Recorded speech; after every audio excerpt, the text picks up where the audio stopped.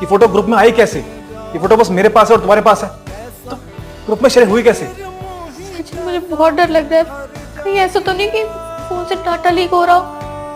और भी बहुत सारी फोटोज हैं इसमें तो।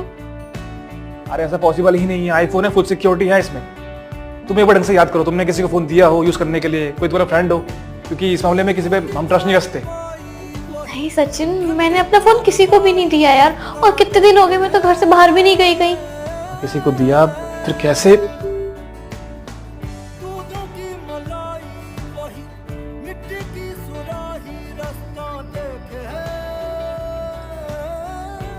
एक सेकंड सचिन, तुम्हें याद है मेरे फोन का जैक खराब हो गया था, मैंने उसे ठीक कराने